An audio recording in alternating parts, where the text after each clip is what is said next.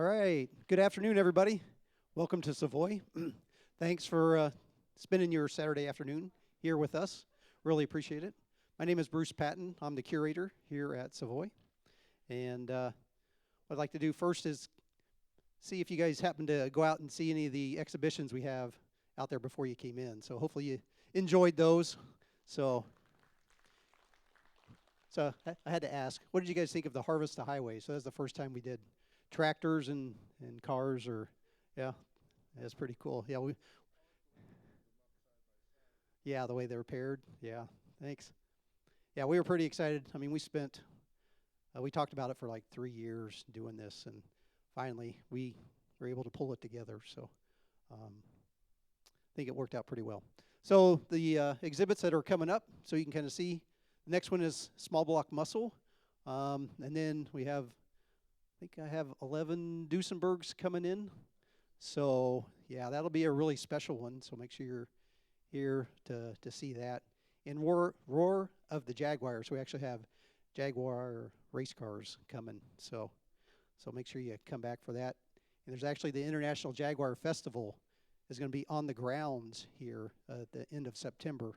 So make sure you come back and see those cars.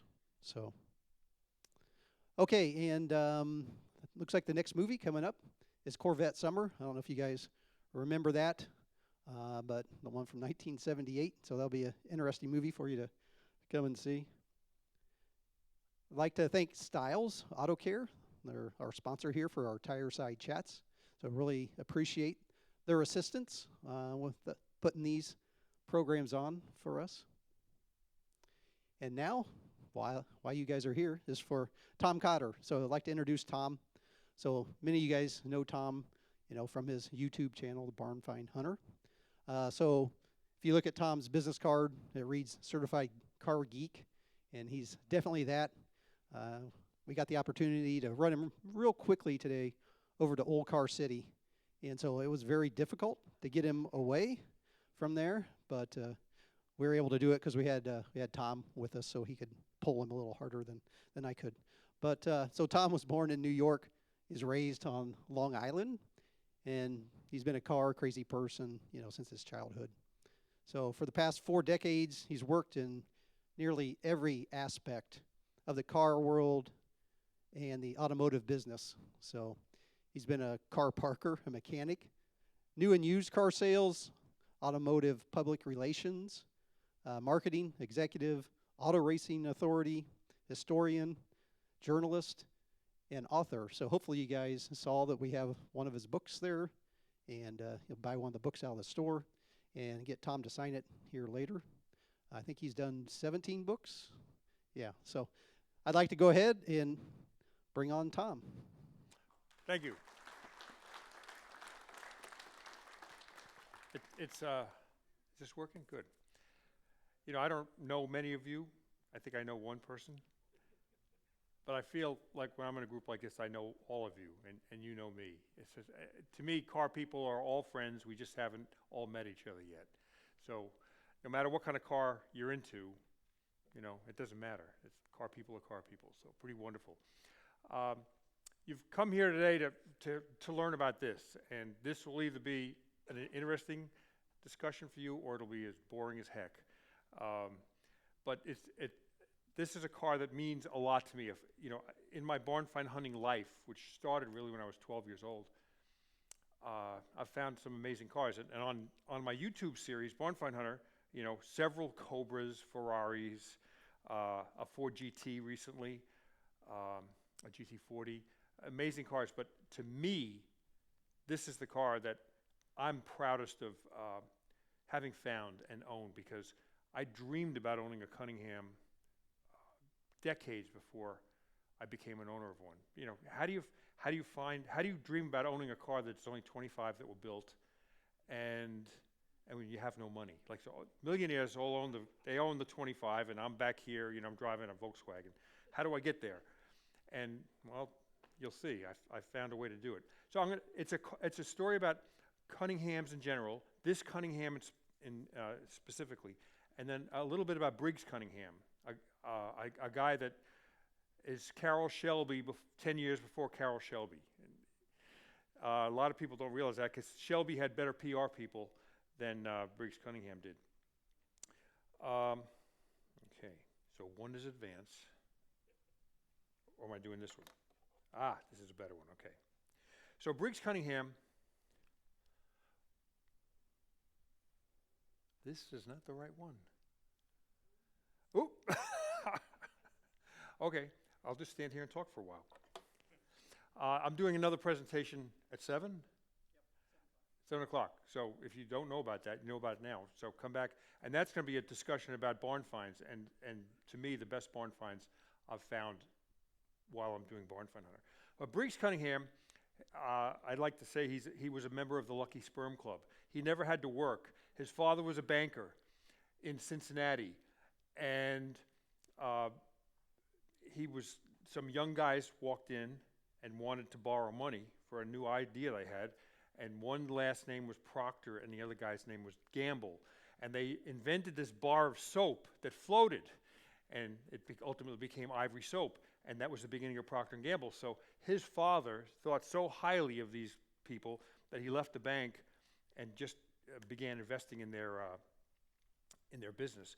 So Briggs grew up Cincinnati, boarding schools, but in the summer, he was on Long Island Sound in Connecticut, a place called Green's Farms, right in Connecticut. And he learned to sail, play tennis. He met somebody that he ultimately married on a sailboat. So Briggs was a very lucky guy. He never worked a day in his life, but he never took a day off. Amazing guy that won the America's Cup as a captain of a sailboat in 1958 called the Columbia. Ready? Good. So Briggs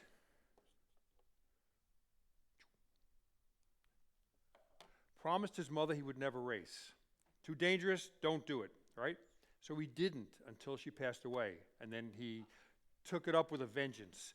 He was about 40 years old when he drove his first car, and actually this was it.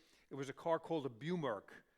He went to a junkyard on Long Island and bought a Mercedes SSK body and bought a Buick chassis, and it was a big straight 8, and he put the Mercedes body on that, and they called it a special, and actually he ran it Miles Collier drove it, Sam Collier drove it, and Briggs Cunningham drove it in the 1939/40 World's Fair in New York City. They had road race as part of it. So that was the actual car that he began his racing career in. No, that right there, believe it or not, that's a rebodied MG.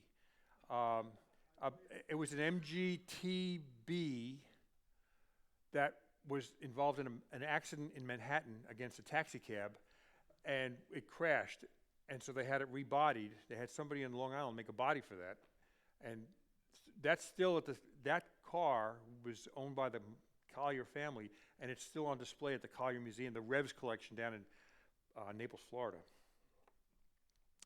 So Briggs became infatuated with racing and decided, well, I want to race, more. And his friends, the Collier brothers, had raced at Le Mans in the 30s and said, we should go back to Le Mans and try to win. So Briggs, his first idea was to race at Le Mans in a Ford-a-lac. Now, if you're a car geek, you know what a Ford-a-lac is.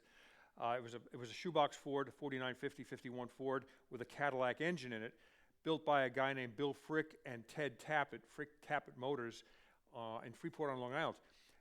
It was a lightweight car and a powerful engine, and Briggs said, I think I can win Le Mans with this car.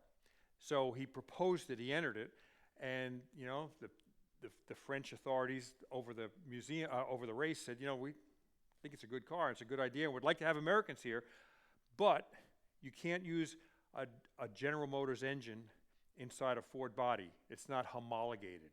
They didn't come together. So you're going to have to come up with some other plan if you want to race here. So what he did was, the Cadillac was a fast engine. He bought 2 Cadillacs for the 1950 Le Mans 24-hour race. The one in the back is a stock-bodied Model 62 Cadillac, 1950, 3-speed on the column, a 331 cubic inch engine, and it had, I think he had 4 single barrels on that car. The one in the front is the same car as the one in the back, but it was rebodied by Grumman engineers working nights and weekends on Long Island in Bethpage. And they came up with a reverse wing where it was mounted upside down, so the car would be kind of sucked to the ground, not lift. And that had 5 single-barrel carburetors on the Cadillac engine. The French called it Le Monster. It was actually the fastest qualifier at Le Mans in 1950, but only because Briggs, if you ever watch Le Mans, there's the Mulsanne straight, and at the end is the Mulsanne turn, and his main driver, Phil Walter, said, put a shovel in that car. He said, I'm not going to bring a shovel. It's a race car. You know what I need a shovel for? Well, he stuffed it into the dirt bank, and he had to dig it out. He had to borrow a hubcap from one of the fans' cars and dig this car out with a hubcap, and he lost 45 minutes or an hour or something digging it out. So that car probably would have won Le Mans, and he would have succeeded in winning with an American car and American drivers. I also want to point out that number on the side, which is the number on my back, people say, what the heck is that? What is that? Is it a 2? Is it a 9? It's actually an ancient 2. In France, that's the way the 2 looked, hundreds of years ago. And I guess somebody at Cunningham thought, well, let's put a vintage 2 on there.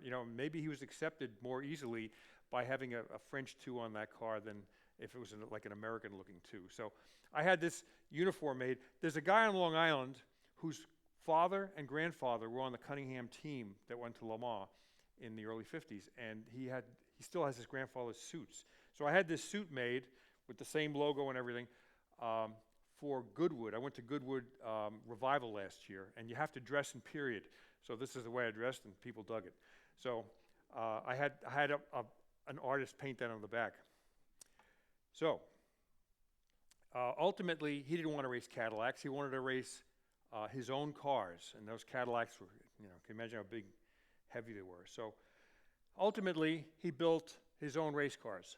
These were built in West Palm Beach, Florida, same place this was built, and that's called the C4R.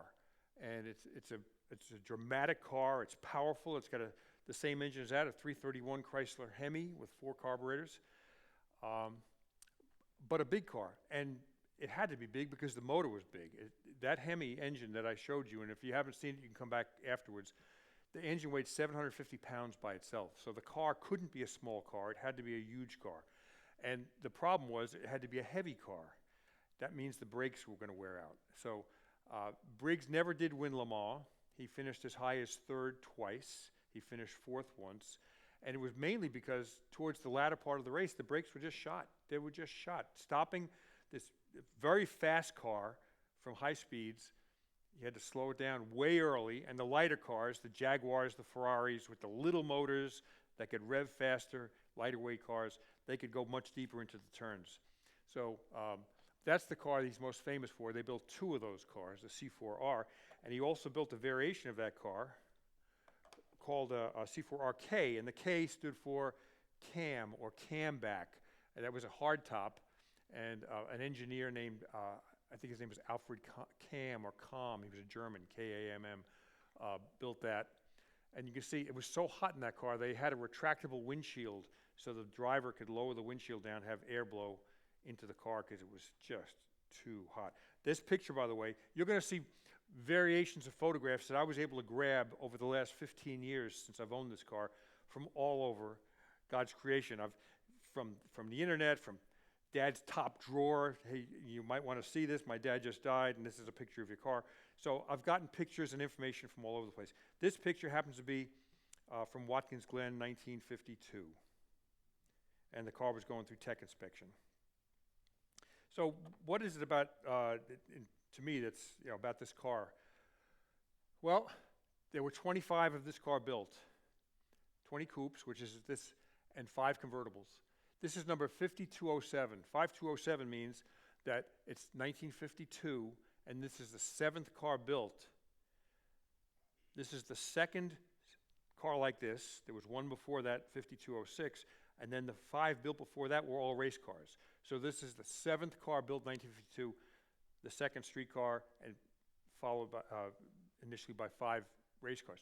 Constructed in West Palm Beach, Florida, but this chassis and the engine, transmission, when it was built, then they were shipped up to New York and sent to Italy, Torino, Italy, and they were bodied by Vignali. So some of you can see this little logo down here, bodied by Vignali. So it's aluminum body by the same people who build Ferrari bodies.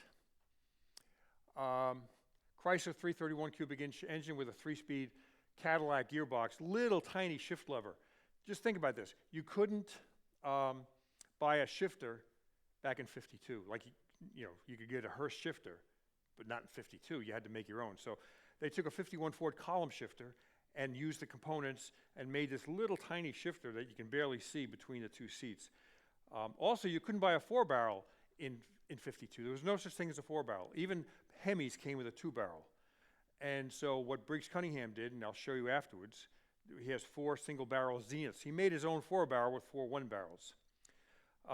The chassis was a racing chassis. It was a copy of their race car. And the only reason he built this car, he never wanted to manufacture cars. He wanted to race. But to race at Le Mans, you had to homologate your car. So Jaguar built street cars, and they built race cars. And Ferrari built street cars and race cars. And Cunningham, well, he had to make a minimum of 25, and he made 25. So they wanted to have some styling ideas, so they got a hold of a very renowned stylist in Italy, Giovanni Michelotti. And this was the first proposal he came up with, which is pretty darn slick. But they didn't choose that one. They chose this one, which is this car, and I have to say, wow, it doesn't look the same. Like, that car on the screen is pretty cool, and this one looks like a checker taxi cab compared to that. Look at the way the roof is. So it's interesting. These are 25 cars, and Tony built that fender, and Luigi built this fender, and they're banging it, whatever. And sometimes, like, you could probably see that these headlights are not the same height, that the curvature of that fender is different than that one. And we, at one point at the Greenwich Concourse, had 33 Cunninghams, all the race cars and every one of these street cars lined up. And boy, they looked so different from each other. That's a hand-built car. So this is the design they chose. They started to market the car in 1951. This is the price sheet. And you can see 1952 Cunningham Model C3, Sports Roadster $8,000, Coupe $9,000. Now, today, if you buy a convertible, you always pay more money for the convertible than the hardtop. But their logic was, well, we can have an upholsterer sew a top on a sewing machine a lot easier than we can have metal workers bang out another roof. So the convertible was cheaper than the coupe. Those prices ultimately went up. When they stopped building these cars after the 25, right around the 25, it was up to about $12,000 for one of these cars. You could buy 3 Cadillacs for the price of one of these. So it was the most expensive American car you could buy. And think about it, a Cadillac had room for 4 or 5 people. A Cunningham only was a 2-seater. So it was a car for the elite. It was never meant to be a race car, although a number of these have raced. So you can see the accessories. You could get high compression heads and polished and ported, and you see that 4 carburetor manifold over there. 4 carburetors and a manifold, not installed 325. A friend of mine bought the manifold and 4 carburetors at Hershey a few years ago for $2,500. So inflation has played a game with the value of those pieces. A lot of hot rodders bought that manifold and carburetors, and offshore powerboat racers back in the day. So I became a Cunningham enthusiast when I found out that there was this guy before Carroll Shelby that tried to do the same thing that Carroll Shelby did. But Briggs had to do it with his own pocket, and of course Carroll Shelby had Ford's money behind him. So I got a job in a public relations agency in the early 80s, and my boss, a guy named Dick Bauer, had been around and into cars and racing when I was just a little kid. So I got to ask him all these questions, like about Bill Briggs Cunningham. And Hemmings Motor News, I mean, now, sadly, very few of us, go into Hemmings Motor News anymore, but I still love it. So at lunchtime, I'd go into Dick's office, and we'd sit there talking cars for an hour, and I'd go flip through Hemmings. And I remember seeing under C, there was a Cunningham chassis for sale. So when these 25 cars were built he was out of the car manufacturing business, and he had already chassis built and engines in them and and he sold those things. And people used them for tractors. People made race cars out of them. They bought them cheap. They were $1,500. You could buy a whole Cunningham chassis and engine, but no body. And there was one of those for sale in 1982 or 83 for $1,500. And I had no money, like no money. I lived on Long Island, right in the middle of Long Island, and I commuted every day 2.5 hours to Montvale, New Jersey. And that's Throgs Neck Bridge, George Washington Bridge, Cross Bronx Expressway, and it cost me like $9 a day in tolls. Well, that's like 50 years ago. But, I was just broke, but I wanted to make a living in the racing world, and I was willing to commute 5 hours a day to make it happen. So I'd say, Dick, you know what? If I had $1,500 extra dollars, I could buy a Cunningham chassis. This is when I was like 26 years old. And I could one day have a body made for it, and I'd have a Cunningham. So that's how early I dreamed about owning one of these. I had all the toys, the Cunningham toys, the artwork, every book about Cunningham, all the magazine stories about Cunningham. Well, I made my living in the racing business for 25 years. I moved from New York to Charlotte, North Carolina, and initially was involved in NASCAR, but then got involved in IndyCar and Formula One and IMSA and all that good stuff. And there's a museum that maybe you've been to, the International Motorsport Hall of Fame at Talladega, and every year they had an induction ceremony, and every year it was Lee Petty, and Darrell Waltrip and all those kind of guys that got in there, and I kept on putting Briggs Cunningham's name in there because I said, this is not a NASCAR museum, it's a Hall of Fame for motorsports. And he kept on getting bypassed. And then I got a call one year from one of the journalists who was a judge, the judge people that were accepted into it. He said, Tom, this is your year. Put Briggs' name in again. I put Briggs' name in, and he got accepted. Briggs was very old at the time. He was 93. He had dementia. It was clear that he couldn't make that event, but this is the induction night. Now, this is from a bad picture, and I apologize for the low quality, but that's me in the middle. John Fitch is to my left, the taller gentleman, and he was one of the Briggs Cunningham team drivers. And to my right is Briggs Cunningham III, Briggs' eldest son. And so we all dressed in tuxedos and went and accepted his acceptance into the Hall of Fame. And it was a wonderful time because 4 weeks later, Briggs passed away. So he made it into it while he was still alive, which was unusual. So I give talks. I'm asked by car clubs to give talks once in a while. And so the Sports Car Club of America, Carolina chapter, the SCCA, they were having their award banquet around Christmas time, probably 16 years ago. And so I gave up and gave a talk about barn finds, which is, that's my livelihood. I love finding cars. And so a guy named John Finger invited me. He's a race driver from Greenville, Spartanburg area. And so I sat down back at my table after I gave the presentation and picked up my knife and fork because I was going to have my rubber chicken. And John said, what would be your ultimate barn find? He's sitting right next to me. And I said, well, I put down my knife and fork and said, wow, I get asked that a lot, and my ultimate barn find would be a 289 Cobra. I mean, I would love to find a 289 Cobra. Well, by that time in my life, I already had found several. One was sitting at home in my garage. I was a lucky guy. I already had a 289 Cobra, and I've already achieved that, my ultimate barn find. And so, this one. So I picked up the knife and fork again, and he asked me something that nobody had ever asked me before. What would be your second ultimate barn find? Wow. I put down a fork and knife again.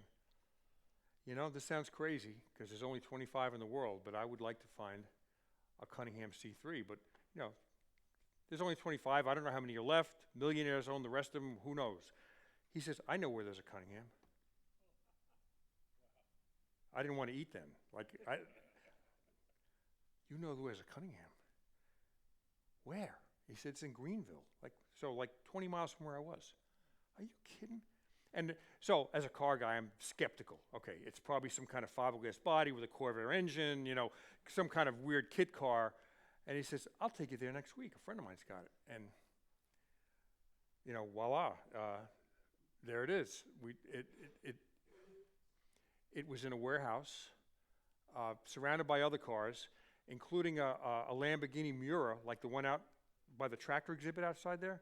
I mean, so he had all these cars in a warehouse, this guy named Sam Henderson. Lots of Abarths and other little cars, I forget, BMWs and things, all rare. And right here was a Lamborghini Miura, and right here was my Cunningham. And I go running in like, oh my God, you know, it's a barn find. And he said, I knew you were the right guy for that car because you never even paid attention to the Lamborghini. He said, if I bring people in here, they ignore that and go right for the Lamborghini. So it took me 2 years to convince him that I was worthy of owning that car. He said, you know, I don't really like Cunninghams, but I'm a car enthusiast, and my father always liked Cunninghams. So one became available in town. I had to buy it. And so I bought it, and it was not cheap. But you know, as I told my wife, this is never going to happen again.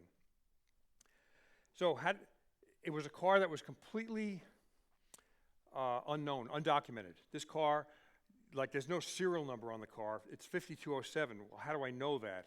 Well, because the first few cars, they were identified by the engine number.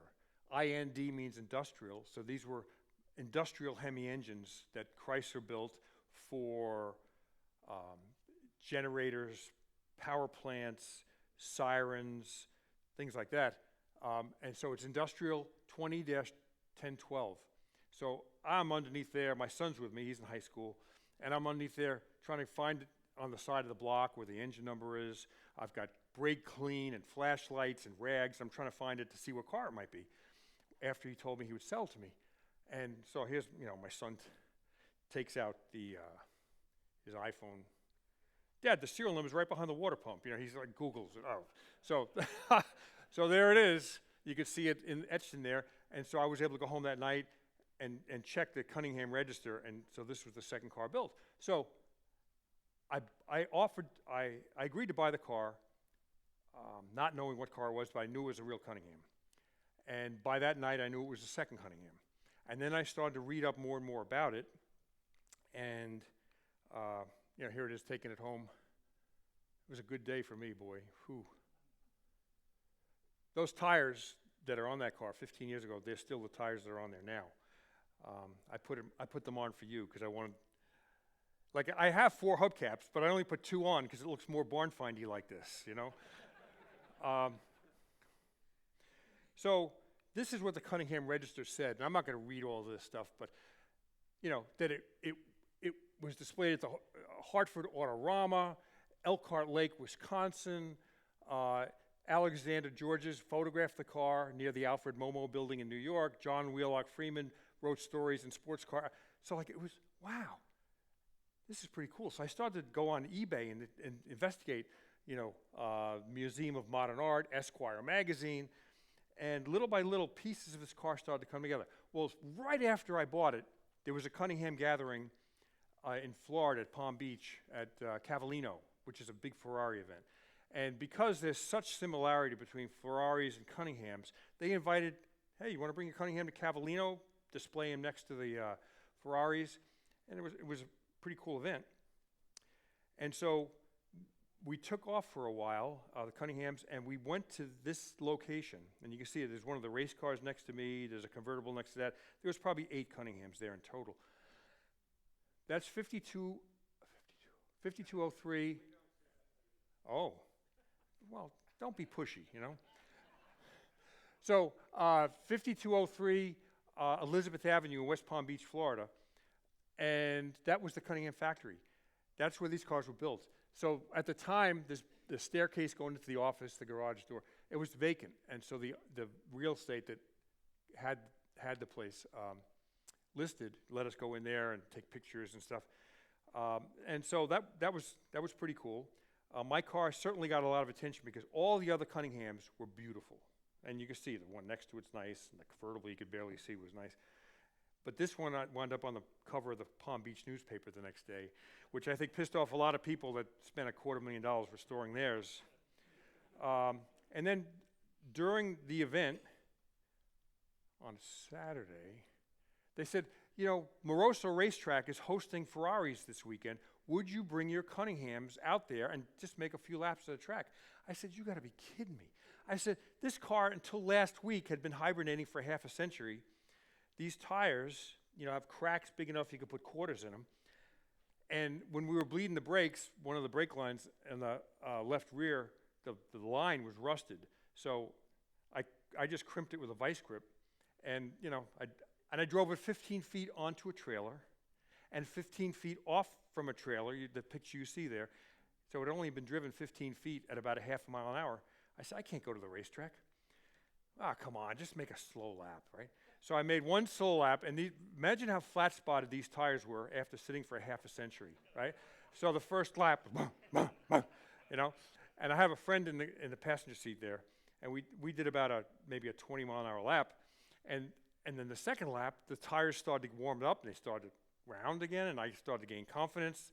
I went around the track, and so we probably went 40 miles an hour around the track with 3 brakes and a vice grip. And then the third lap, I'm going one more lap, I hit 80 miles an hour, and this guy in the convertible next to me, like, get away from me, you know, like those tires are gonna blow, you know, get away. So anyway, so that was trial by fire when I first got the car. I literally owned the car for a week prior to that. What's that? Oh man, you guys are getting so pushy. Yeah, well, yeah. So anyway, there's a guy in a convertible, and he's, and you can see the strings hanging like from the headliner. Like I think I've peeled all those things off. Well, no, they're still here. Here's a piece right here. So anyway, that was trial by fire. Let's see. No, it shouldn't be. Oh, it was painted black. It was painted black. Somebody just painted the whole car flat black. And so I just took the paint off. And you can see these bumpers are made of copper, real thick copper. I mean, I'm sorry, brass. And then they were. I mean, this would not protect you for any reason, but they're just there for ornaments. So I put a bumper sticker on it. So reading more into the history of the car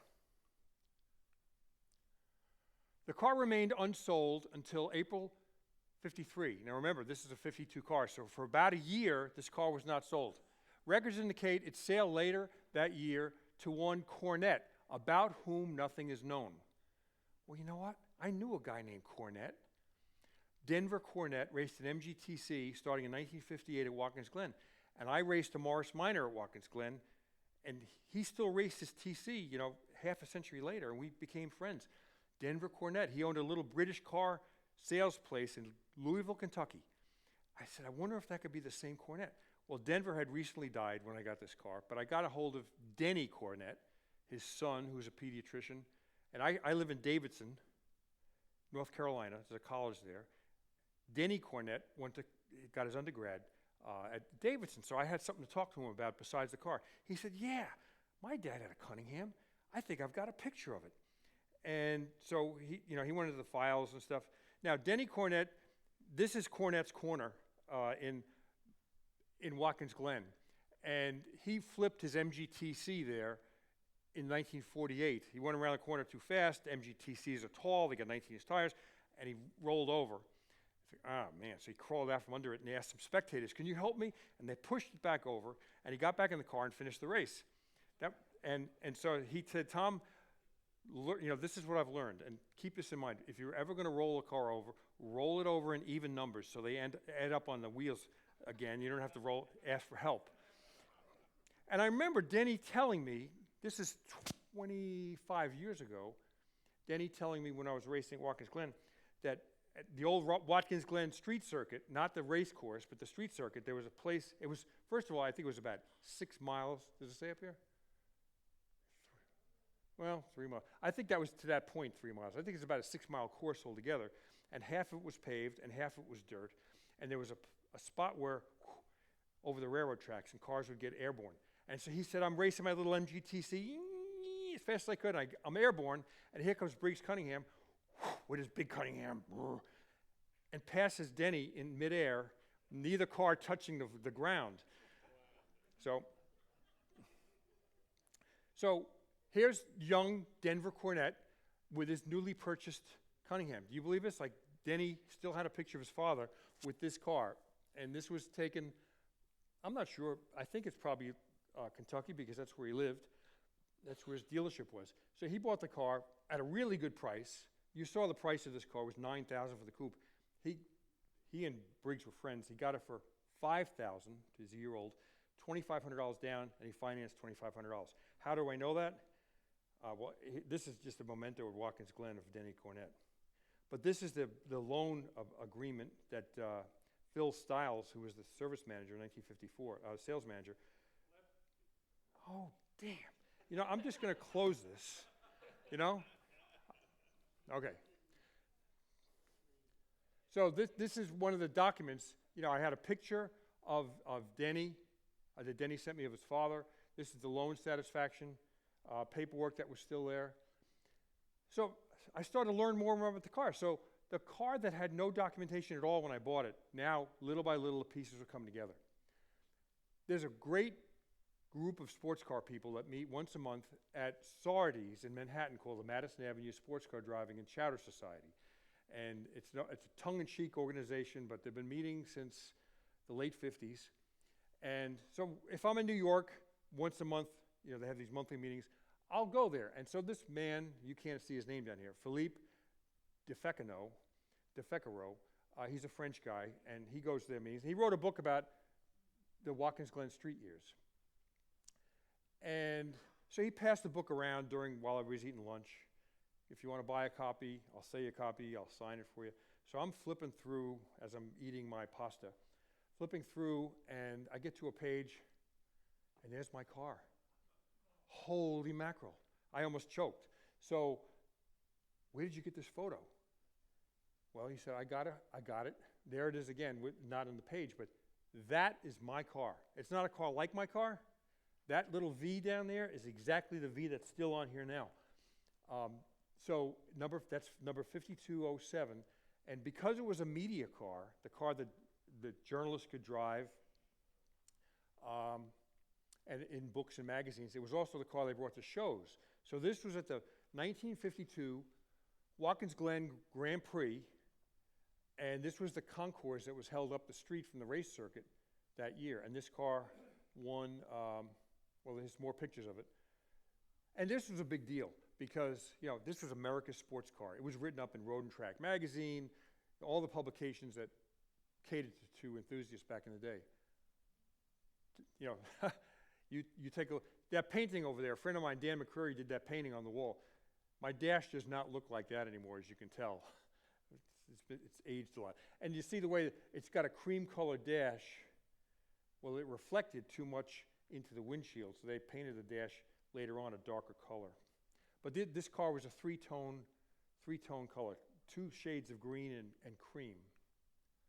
And there's Briggs Cunningham. So Briggs, with a Coke and a hot dog, was at the concourse. So he had 2 cars entered. He had this car entered over there somewhere, and he had this car entered. Now, I want you to remember that car. It's a 1911 American Underslung that his aunt bought brand new, 1911. And so Briggs was entering that car into the show. So he had 2 cars entered in the show, and they both won their respective classes. You can't see it down here, but in the trade group, the trade class, which was the currently built cars, the 52 Cunningham took first place. So there it is, driving through the streets of Watkins Glen. It's always raining up there in October. The streets are always muddy, but good period pictures with neat cars in the background. Here it is pulling into the fairgrounds, and these are just snapshots that I've picked up from here and there and everywhere, or online over the years. Those hubcaps are Italian hubcaps, and I've read about them. They have 2 little holes in the middle for an emblem, and there was never an emblem applied. So, you know, I could probably have replicas made But I bought the car with these hubcaps. I think they're Lincoln, and so I just keep them there. I don't know, those hubcaps were gone by the time I got it. But I have a friend I used to race with, Billy Giltzow, and his father, William Giltzow, was a sports car enthusiast and a photographer. And at the same event, he took pictures of my car at the same concourse. Like there it is. Wow. So you can see the two tones of green. It's a very subtle difference in the two greens and then the cream. And I can show you pictures after the presentation under the car to show you where the various colors were. I mean, you can see the crowd around the car. This is a big deal, American sports car. And it also was in the concourse at Elkhart Lake, Wisconsin, September 1952. First place, Cunningham, Briggs Cunningham, Palm Beach, Florida. And so I went to the Sheboygan Historical Society in Wisconsin, and they let me go through their files, and boom, there's my car at Elkhart Lake in 1952. So continuing with the history, there was an owner, T.L. Wilson of Tennessee, Tom Grady of South Carolina. And nobody knew anything about Wilson. But I found out some things about Wilson and Grady, so it's interesting.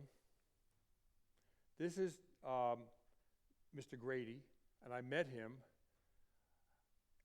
He was the Denver Cornet. He was the third owner of the car. And this is a nursing home he was at. He had dementia, and he was so nice. And I showed him pictures. Oh, that's a nice car. He never knew that he owned it. It was not there. And I really tried. But his wife told me that they were on their honeymoon in Clearwater, Florida, and across the street from their hotel was a used car lot, and this car was sitting in the used car lot. A bright red Cunningham. This car was painted red at that time, and you'll see that in a moment. So his family owned a Pontiac dealership in Seneca, South Carolina, in this building.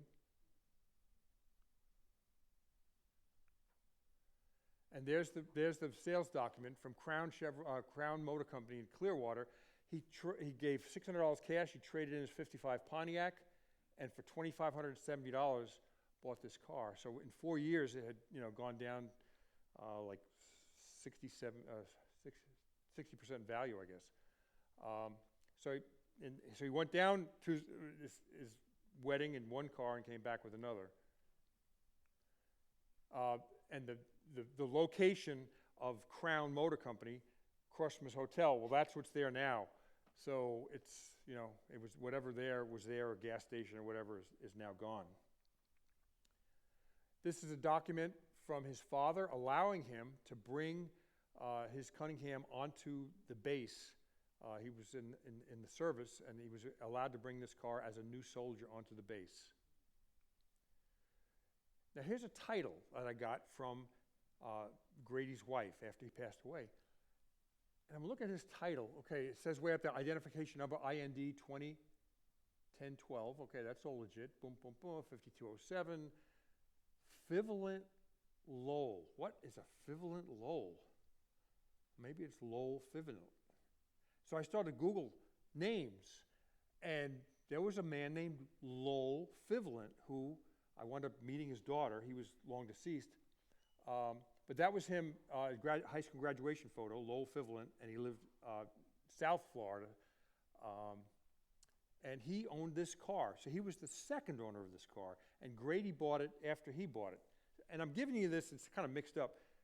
This is the order that I found information. So you're following me in the same path. So this was him. This is him later on with his son, and he owned I think a 300 SL, a Jaguar. He would go to Sebring. He was a real sports car enthusiast. He was also a professional clarinetist, and he played in Philharmonic Orchestra down in somewhere in Miami, I guess. That was the house he lived in when he owned this car. Somebody else lives there now, of course. But once I have an address, I'm all over it. I'm all over it. And that's the car when he owned it. So I don't know if he had it painted red or the first owner who sold it, his name was Denver Cornet, painted it red, but it's breathtaking. It's beautiful. That's I got that from the archives at Sebring. This is the 1955 Sebring 12-hour race, and this was in the Spectator car lot. And that's my car. Now, how do I know it's my car? You're saying, they all look the same. I'm going to show you. Only the first two cars were built without vent windows. Remember those funny things they used to have here that work so well? Vent windows. So after the first two cars, I've got a letter from the Cunningham factory to Vignali. Look, we've got to make some changes. One is you got to put vent windows in. And so only the first two cars don't have vent windows. Here's the headlight, and here's the parking lot directly below it. The first car, which doesn't have vent windows, the headlight's here and the parking light's over here. It's at an angle. So this has no vent windows, and the parking light is right below the headlight. So that's it in 1955. There's Briggs. Briggs drove this car a lot. This was, his personal car and the media car. So this is at Greens Farm, Connecticut, where he lived most of the time. And then he had a place also in Palm Beach, Florida. MoMA, Museum of Modern Art. This car was featured as one of the 10 most beautiful automobiles at the time, as chosen by the curators of the Museum of Modern Art. So they chose 10 automobiles. They featured them in person, and then there was a catalog with the 10 automobiles. And so this car, that's my car again. And it was featured in the catalog. There it is again. Wrong model. You're right. Give that man a prize. There's a few typos involved in this car, and I'll show you another one in a minute. Is it part of here? I don't think there is. I'm going to tell you another typo. The tachometer. What did tachometer say? RP. Well, this says RPH. They made it, the Italians didn't know. It's an Italian gauge. They made it RPH. So only the first two cars had that mistake. Good catch. So there's the car, featured in their magazine, talk about it. And what are the other cars? Ciatas, a Studebaker, that beautiful streamlined Studebaker. I think an Aston Martin, a Jaguar, the typical 10 beautiful cars, but this was one of them. It was featured in Esquire magazine, June 1955. There's my car, boom. Featured in Cars magazine.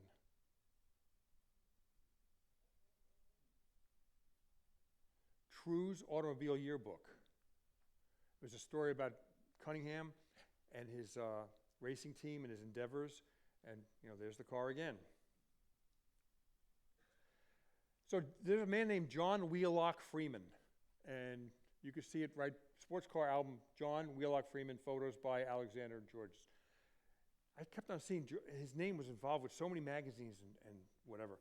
And so I started to study him, and he, as a young guy, he was a writer, and Alexander Georges was a photographer, and they toured Europe together in the early 50s, going to car companies and doing stories for magazines and books. He said, we lived a life. We lived in Europe for 2 years, and just, Ferrari was giving us cars, Jaguar, take it, enjoy it, write a good story. So he wrote this book. He wrote a number of books. Well, of course he was deceased, right? I mean, because if he was a 25-year-old guy, 30-year-old guy in the early 50s, he had to have been deceased. But I found out there was a John W. Freeman who was editor of New York Ballet Digest. Wow. So I got a hold of New York Ballet Digest, call him up. Yeah, John Freeman. Yeah, he edited our magazine for 40 years. He's retired now. I said, he's still alive? Oh yeah, here's his number. And I called him up. And he lived in the Bronx. And if you live on Long Island, you don't want to go to the Bronx, at all, ever. And I had just bought a new Porsche. And so we were up there for Christmas time. And I told my wife, Saturday I'm going to go up and visit him. So I called him up and said, John, I'm going to come visit you. I own the Cunningham that you drove in 1952. He said, oh my God, that's wonderful. I'd like to talk to you. I drove my Porsche up there. I said, John, is it safe to park my car in the streets near you? Because I was going to rent something, a Tempo or something. He says, oh yeah, it's safe. Well, he lived on the Hudson River on an estate. And the driveway you couldn't even see the house. So it was a very safe drive. Neat man who, he said, I tried to become an automotive journalist. I gave it the best shot I could for several years, and then ultimately had to get a real job with the New York Ballet, whatever it was. So anyway, he signed it to me. All the best, Tom Cotter, John Freeman. It was 8/3/2013. He says, let me just tell you something. Nobody has ever asked me to sign one of my books before. Never mind 50 years after I wrote it.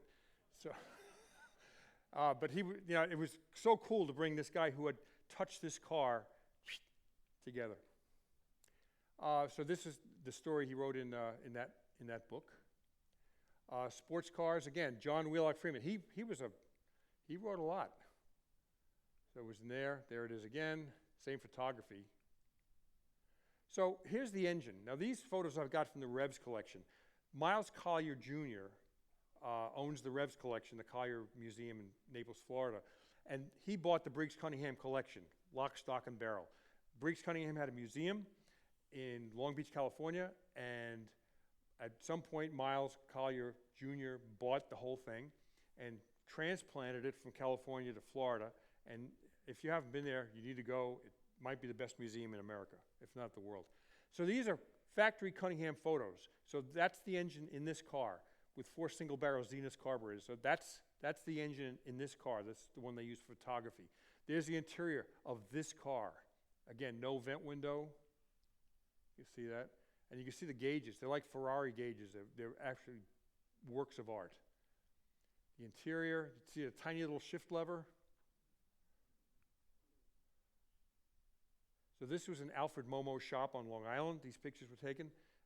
Alfred Momo was a Jaguar racing engineer. Again, Alfred Momo's shop in I think Long Island City.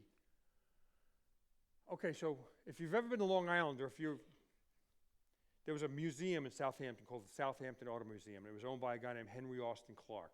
He was an early car collector. His family money came from sugar fields in Cuba. And when Castro took over Cuba, his family was out of business because they couldn't bring any more sugar out of it. But still, they had a fair amount of family wealth. And I know the building in the background there at the Southampton, that was the Auto Museum. He opened this museum right after World War II. So he was into antique cars very early. Well, they had a fundraiser there, and these were some of the women modeling clothing in '53, I think. That's at the same fundraiser, and that's Phil Walters driving the car, and his wife in the passenger seat. Phil Walters was the main driver for the Cunningham racing team, and also the general manager of the whole car building operation. And I happened to find these online. Somebody named I. Cantor in Southampton, New York, took these pictures. So T.L. Wilson, here's a guy I haven't mentioned at all, but you saw it earlier. We talked about Grady, we talked about Denver Cornett and Lowell Fivelant, but little by little I started to piece things together. The guy with the plaid shirt is Tommy Wilson, a minister. So he was a very wealthy minister, and he never took a salary from the church. Presbyterian church never took a salary, and owned quite a few of amazing cars. He owned this Cunningham. He owned a 550 4-cam Carrera Spider. He owned a Carrera 356 Coupe. I mean, amazing cars because he was a wealthy guy. And that's his good friend Jim Watson next to him. Well, I met Jim Watson. Tommy is already dead, but I met Jim Watson, and he told me all about his friend. And I mean, it sounds like an intriguing guy. But he took this car to get repaired in Greenville, South Carolina, to get repaired, and never picked it up. I mean, like, he had a busy life, whatever it was. I forgot about picking it up. There was a bill due. He didn't pay it. So the guy, well, that's what it looked like now. That's when Tommy Wilson owned it. So somebody added black to the red car. All right, so it's been painted several times. So he lost this car in a garage lien to the mechanic, George Guy. George Guy said, look, the car's been here.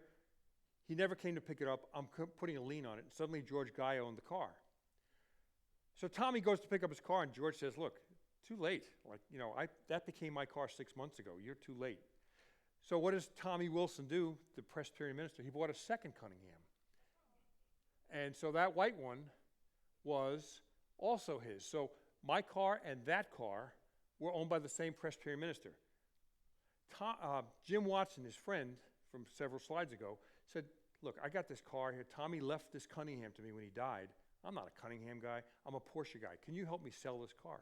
So I had it shipped to my house in North Carolina, and I said, you know what? This is the first time these two cars will ever meet. I'm going to take a picture of them side by side, both owned by the same guy. Now, this is a good way to see the contour of the fenders. Look where the headlight is and how the fender on the black car and how abrupt the white car is. I mean, every car was so different. So I had these, so I wound up selling that white car. But George Guy now was the owner of this car. So this is George Guy, and he was a hydroplane racer champion in South Carolina, Greenville. So that's him, newspaper clipping, probably in the late 50s or something like that. Okay, 53, motorboat club. So this car and the white car were owned by a Presbyterian minister. What does George Guy become when he retires from the auto repair business? He becomes a minister. So this car has been owned by, so far, 2 ministers. So he had it sit next to his garage. It was getting very run down. Water was leaking in. Floors are starting to rot. So he sold it to this guy, Sam Henderson, and that's who I bought it from. Sam said, my father loved Cunninghams. He loved the whole story. When this car came up available in my town, I had to buy it in honor of my father. So he's the guy I had to talk into selling me that car. Neat guy. And, the first place I drove this car when it became roadworthy, I had to drive it down and show him how reliable. And I drove it 2 hours down and 2 hours back. So I was over Briggs Cunningham's daughter's house. His daughter was named Lucy, and she was a firecracker. I was, 82 years old, and she was a blast. And so we're drinking warm white wine and peanuts. That was their thing, warm white wine and peanuts at our house in their living room. My wife was there, and we're talking about Cunninghams, because suddenly I'm becoming friends with the family. And so she shows me this picture in a book, and that's Briggs and her mother at their 1928 wedding. And they went on a 1-year honeymoon. I mean, it must have been an amazing time. There was a new Mercedes waiting in Europe for them for their 1-year honeymoon, and a new sailboat, and a chef that traveled with them. But I said, boy, that's some fur coat your dad got. Well, yeah, my father got that in 1926 when he went to Yale, because in Connecticut, if you're going to go to a football game, you better be dressed warm in the wintertime. So that's a raccoon coat. I said, wow, that's pretty cool. So my car has been many places since I've owned it. This was RM Restorations in Canada borrowed it in Ontario because they were restoring a Cunningham that was missing lots and lots of parts, including the bumpers, including all sorts of parts they had to make from scratch. So they said, because your car is so original and untouched, can we borrow it? So that's the RM Restoration Shop, the restoration arm of RM Auctions. I'm on, this is a really bad shot, I don't have to tell you that, but eBay, there was a video for sale, and this was the photograph to attract you to the video. I said, holy crap, that's my car in Watkins Glen, 1952. So of course I had to buy the video. This is a picture that came across, a friend of mine had it and gave it to me. This is at the Autorama at Hartford, Connecticut, where it won in the first place award. Road test by Speed Age magazine, which was a car magazine at that time, did a road test on it. They're the editors and photographers, and they're talking about the car. And that's their company, Auotmobile. Remember the white car that I showed you next to mine that the Presbyterian minister owned, both of them at one time? I sold it to Jay Leno, and that's the car. It's all finished now, but this was the white car that you saw parked next to mine. Jay restored it, and it's all done now. This is just before it was done. And that's the original factory colors, gray, burgundy, and a very dark gray. He did modify it, as many people modify these cars. He put a 5-speed Tremec in, disc brakes, air conditioning, and this car has a built-in bell housing on the engine, so it's cast right in, and the engine weighs 750 pounds. Jay put a slightly newer Hemi in, a 55 Hemi, which had a bolt-off bell housing, plus put aluminum heads on it, and so it's lighter and handles better, and he drives the wheels off it. So that's that white car. There's the back of it. You see it's got the vent windows, so it's a slightly newer model. So, what have I done with my car? Well, I've had a ball with it. It doesn't do well at anything in competition, but it tries awfully hard. So this is the first hill climb I ever did at Hershey, Pennsylvania, behind the Hershey Hotel. Back in the old days, I ran hill climbs up there, and the VSCCA did one, and I entered this. So you can see the opposite lock. I'm wailing up that hill. This is in Pennsylvania. This is a Mount Equinox hill climb in Vermont, which is several miles uphill, and it puts out such a good noise. Oh, I can't tell you. It just rings off the mountains around it. That's a great shot that a friend of mine took of it going up there. I've raced it at Lime Rock. There it is at Lime Rock again. And I didn't have these tires or wheels on it. I've backdated this car for this event. So I took the numbers off the doors. I took the racing mirrors off. I put the old wheels and tires back on, just for you. Thompson, Connecticut. I gave this guy the wave by because that's like an $8 million Alfa Romeo, and I didn't want to get in his way.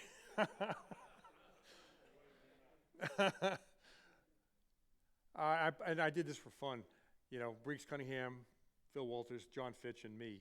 I just put it on the door. This car was never raced until I owned it, and now it's raced quite a bit. I take it to Cars and Coffee, rat rod shows.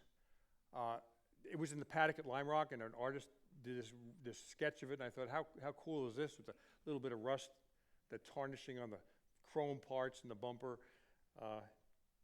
He did it all with crayon. Remember that fur coat?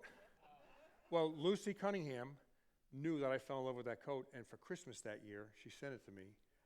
It was a 15-pound box. That coat weighs 15 pounds, and that's in May in Connecticut. I was overheating. I didn't wear that coat very long.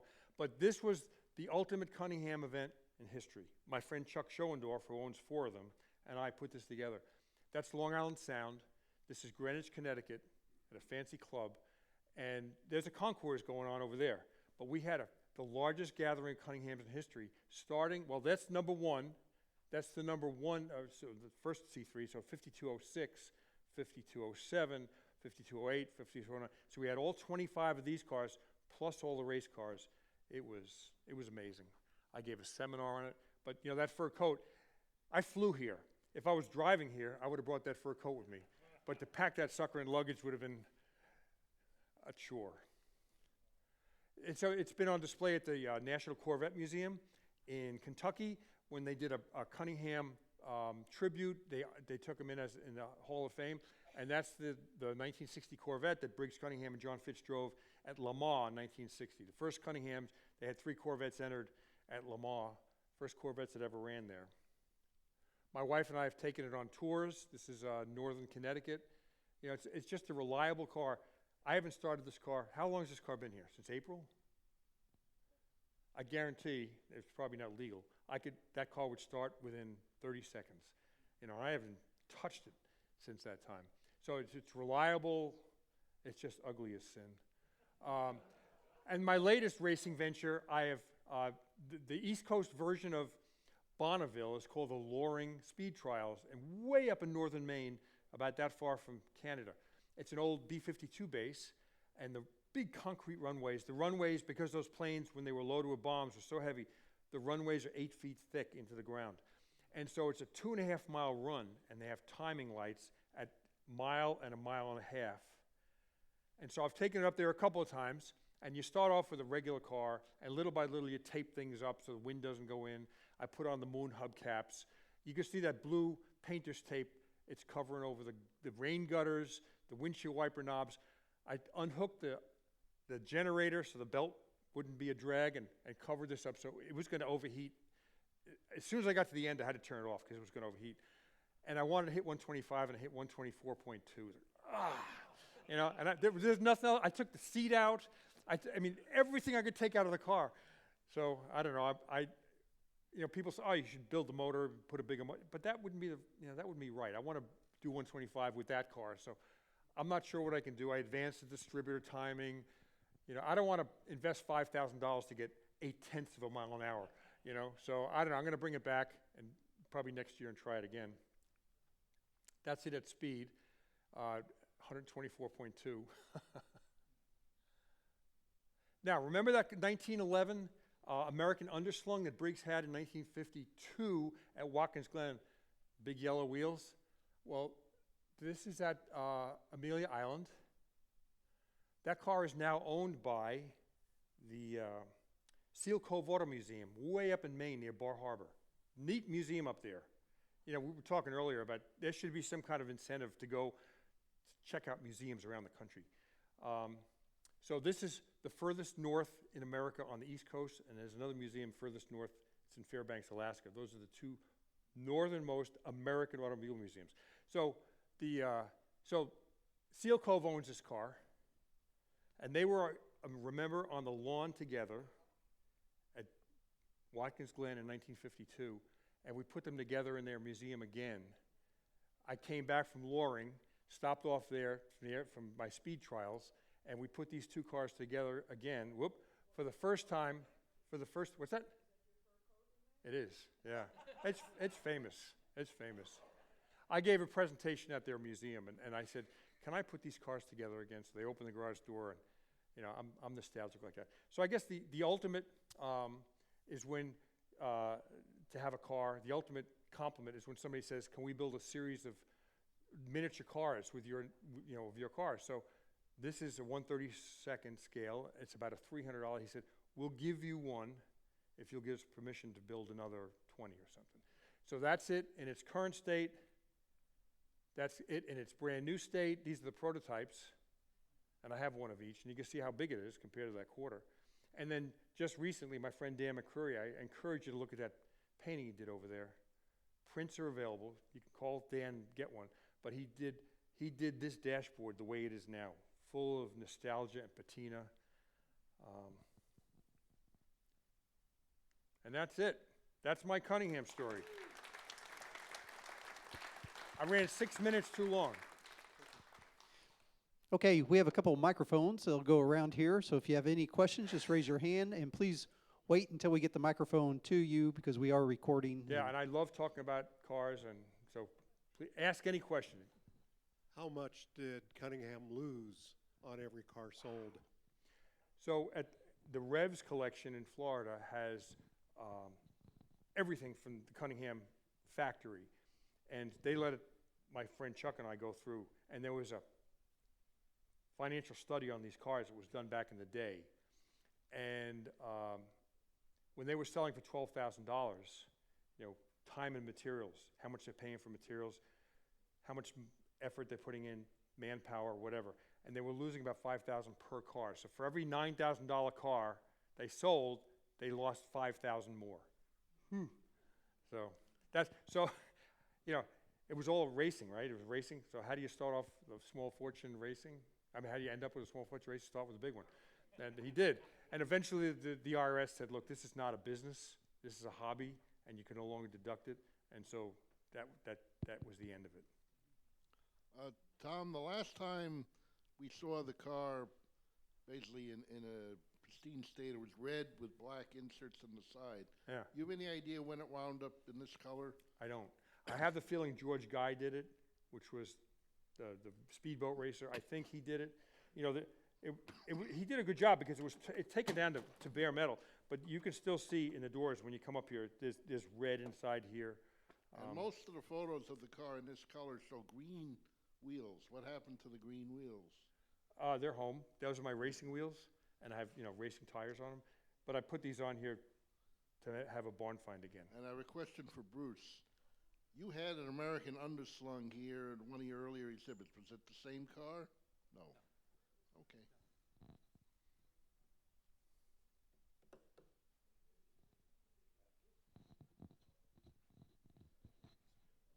Do you ever intend to restore that like the green one on the screen? Yeah, I don't know. And I've had it 15 years. And I guarantee you that I have more fun with this car than the other 24 that are trailer queens. Because I'll take this and do all sorts of crazy things with those guys, just drive them off the trailer and drive them back on the trailer. So I don't think I want to fall into that. I've got restored cars, but I really enjoy the cars that I don't have to worry about. If it gets a stone ding, oh well. You know, one of my tie downs, telling Bruce, one of my tie downs, when I was coming back from Loring Air Force Base, let loose, and you know, if you've ever towed a car, you put the brakes on your truck, and boom, uh-oh. And so this hit the side of my trailer. It kind of works. I like the look of it. It's like, it's got that patina that I always admire. I know Sioka Chevrolet in Atlantic City stocks white Corvettes these days, just for conversion to Cunninghams. Is that tied in with the original family at all, or? Yeah, kind of. I mean, they've given their blessing. So yeah, the new C8 Corvettes, there's a Cunningham edition you could get, which, you know, you could spend a lot of money. You could triple the price of your C8 Corvette in no time at all. It's a Lingenfelder engine, supercharged, and all sorts of great stuff. But I'm not sure they sold many of them. I know he tried real hard. The guy means well, but I don't know. You know, it's just a C8, and does the world need a $250,000 C8? I don't know. Another quick question. This car, one of the multiple options was the Barani knockoffs. So what suspension is this with the 4-lug or 5-lug versus the knockoff? Yeah, well, the knockoffs, it was just a hub they would put on. So yeah, they would just put a different hub adapter on. This car is the only car built with Chrysler suspension. This Chrysler front end, Chrysler rear end. It's got a 4-bar rear suspension set up. So this car was a duplicate of their race car chassis. This is all Chrysler. They were experimenting, but every other one I've seen, they call it Mercury, but it's Ford suspension. So they had a Ford rear end, a Ford front end. All the underpinnings were Ford. This is the only one with Chrysler. Interestingly, you could look at the dash on this, and you know, the speedometer and the tach and all that stuff, very Italian looking. They're actually American gauges that were put into a gauge package by, so Americans, like a Sun tachometer and Stuart Warner water pressure gauge, but they were built by the Italians into a nice cluster. But if you look at it's got a 51 Ford radio and a 51 Ford heater controls in there. So it's a kind of a hodgepodge of a number of cars. If you come up and look at it afterwards, take a look at like the trim. It's all hand engraved. The knobs, the cigarette lighter knobs, they're all hand engraved with this, and even the steering wheel, hand engraved like little designs by, I guess, Italian artisans. I have two questions. Yes. One, are there any other unrestored Cunninghams? And two, why did they switch to fluid drive? Okay, so the first question was what? Are there any other unrestored Cunninghams? Yeah, there's 1.5 more. So we found one in Connecticut. You know, I do this for a living. I travel around the country looking for old cars. There's nothing that makes me more upset than seeing an empty garage or an empty barn and a car sitting out in the driveway rotting away. And there was a Cunningham in eastern Connecticut, not far from Mystic. And there was an empty barn, and 50 feet away was a Cunningham. And it was so deteriorated that the front suspension, which was a Ford crossmember, had rotted, and the front wheels had just collapsed because the suspension had nothing to rest on anymore. We got in touch with the person who owned the property. It was in an estate. We talked to the woman whose father owned the property, and he was invalid. He couldn't leave the house, and the Cunningham meant so much to him that he had it brought outside the garage so he could look out the window at his car, and you know, that's how it rotted. But that car has been restored mechanically, but is still left alone cosmetically like this is. And then there's another one, which is a convertible from New Jersey that had been sitting in a repair shop for a long time. A friend of mine bought it, and it's a little bit more restored than that, but not much. So there's probably 3 that kind of fit in this category. And how about the fluid drive? The first 4 cars had a 3-speed manual gearbox, which is a Cadillac LaSalle transmission. And after that, I have a letter, a copy of a letter that Briggs Cunningham wrote to John Bond, who was at the time publisher of Road and Track magazine, because John wanted to have an American sports car. Somebody built one, and Briggs said, I'm going to build it. And I have this correspondence back and forth. And Briggs said in that letter to John Bond, I will never have an automatic transmission in my car. Well, that lasted until 4 cars. And by the 5th car, from number 5 to number 25, were all fluid drives, and they stink. It's like a half automatic. You had to use a clutch to get out of first gear. Get out of neutral into first gear. A bad transmission. So many people changed those to 4-speed Muncie boxes. When Corvettes came out, you could get a 4-speed Muncie box. There was an adapter available from Bell. 3-speed Cadillac. I know of one that's got a Packard 3-speed plus overdrive. So everybody wanted to get away from that as fast as they could. Yeah. Please give me more questions. I've never played golf in my life. I don't fish, I don't hunt. This is all I do. So I noticed on your car you have no air filters or air cleaners on the carbs. yeah. And one of the photos it showed didn't have it. Did they run individual, little small? Yeah, do I not have them on here now? I don't know. Yeah, there's these little tiny ones. Oh, okay. But those little things, we ran a flow bench test with those Zenith carburetors with no filter on them, and then you put the filter on, and it was like a 30% restriction with those filters. So yeah, but that was, I don't know, that picture, I don't know, but those are the original filters on there right now, and they're almost useless. Yes. Oh.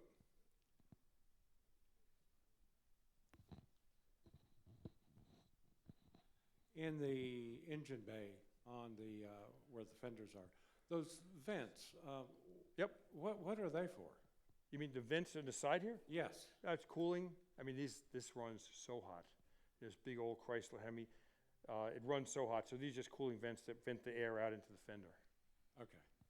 Just I didn't finish the story. So the guy T.L. Wilson was a Presbyterian minister.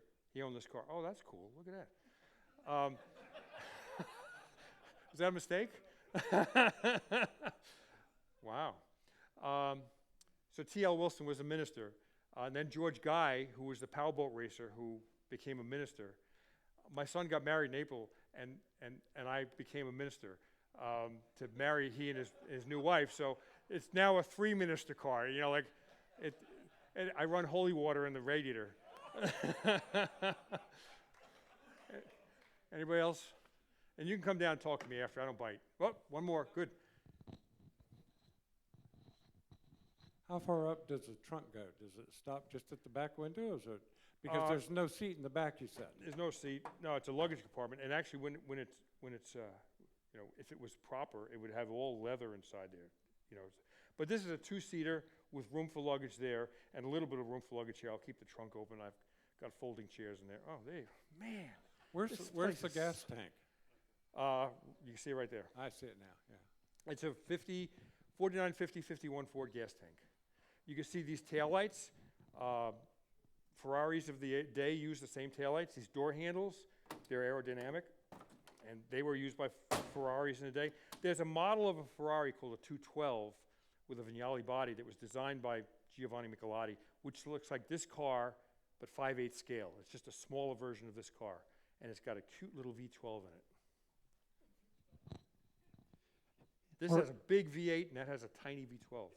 I believe we have one for our Ferrari exhibit. Oh, that would be Coming. cool.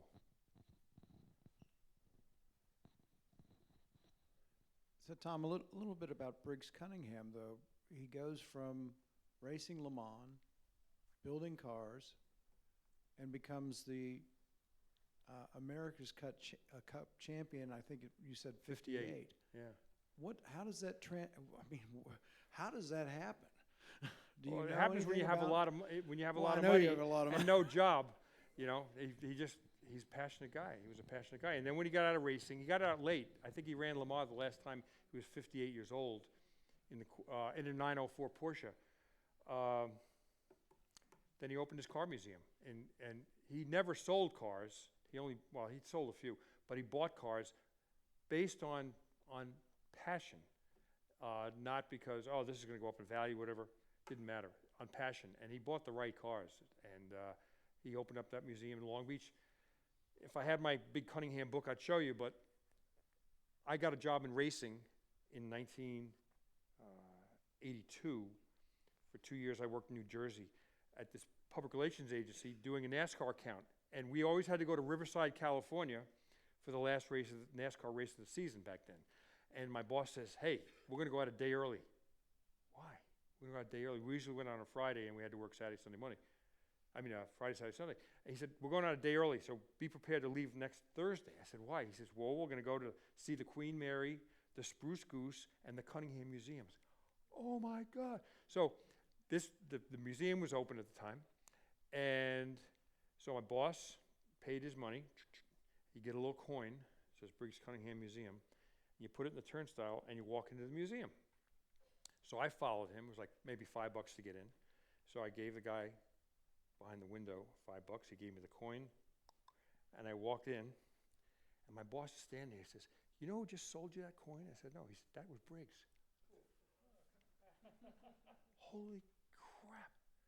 Excuse me, sir, can I walk over this? Oh, yeah, go ahead. So he knew that I paid. So I walked over and I says, can I buy 2 more admissions? So I gave him another $10. He said, yeah, you got 2 friends coming? I said, no, I'm just going to keep them. Well, I still have them in my folder, 40-something years later. Those 2 little things that Briggs sold me for $5 a piece. Not a question, but a comment. It occurred to me that it would be somehow fitting if the raccoon coat had been made from roadkill. What was it again? I missed that. It occurred to me that it would be fitting if that raccoon coat had been made from roadkill. Could have been. So, it's really pretty cool. Briggs came from Cincinnati, as I told you, and he went to boarding schools there. That's where his family is from. That's where Procter & Gamble's based still. And she opened it aside. It made expressly for Briggs. S was Swift Cunningham. His family also was part of the Swift packing company that made bacon and hot dogs and stuff like that. And it says it right inside there. And the furrier is, whatever company it was in Cincinnati, Ohio. Wow, that's pretty cool. Is that it? Okay, All right, well, I'd like to thank Tom for the wonderful program.